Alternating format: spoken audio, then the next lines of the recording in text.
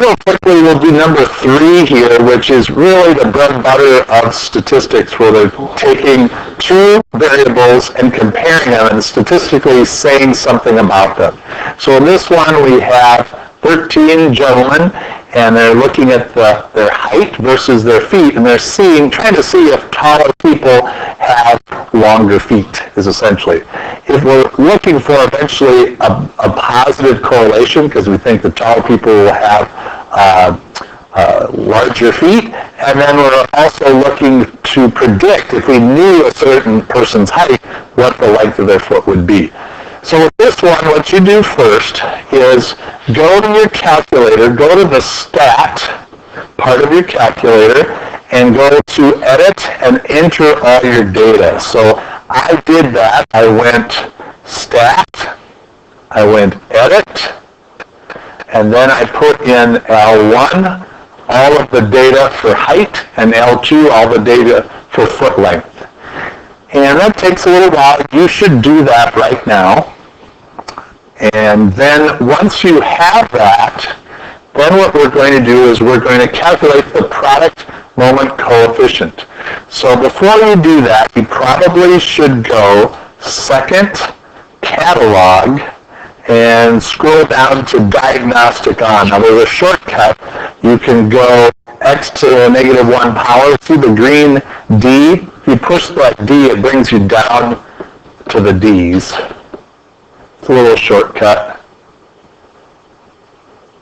And I'm going to try to get to diagnostic on. When you hit enter, it goes into your home screen, and you have to hit enter again. And now, there's other ways too, but the key to it is that now when you calculate, when you go stat calc, and you want to do linear regression, it's going to, as part of its calculation, you see L1, L2, part of its calculation, you're going to see an R and an R squared.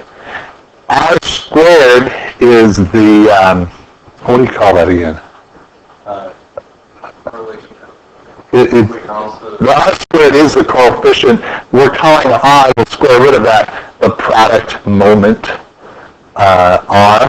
And so R in this case is 0.806. So that's what we found for part A. Now the probability, a little bit stickier. You're going to have to go back to stat and move way over to tests. And we're going to use a student t-test. You're going to go down to F. It's still a linear regression, but we're doing a t-test because we are not given the variance. So when you hit that button, you put in the L1, L2, and as I said, we figure that the taller people will have longer feet, so you're looking at the greater than 0 selection, not the not equal and not the less than.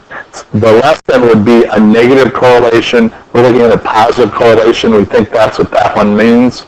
So that when I go to calculate, it should give us, I feel like I hit something I shouldn't have. Oh, that's right. That's right. The p-value is right here, 0.000438, or 0.00438. Interpreting the p-value is very small. That means the correlation is high, and it has a very strong positive correlation. You want that p-value to be small. To find the equation for regression, we're going to go back to that linear regression that we had. So we go stat, calc, and linear regression is number 4. And I wanted to see that again. And notice that y equal ax plus b, you just put the a, which was 0.1028, put the b, 12.2564, and then when you put the 170 in, you're going to be able to find out what that height is. So b is the y equal 0.1028. I left the extra digits in there, but I think they only require, I think it's 3 significant digits here, so You can take these out if you want. And then what you end up with is 29.8. That's what that's going to be. And that's it for that problem. That's a quick one. Got to use your calculator. You're going to use your stat edit, stat calc, and stat test for that problem.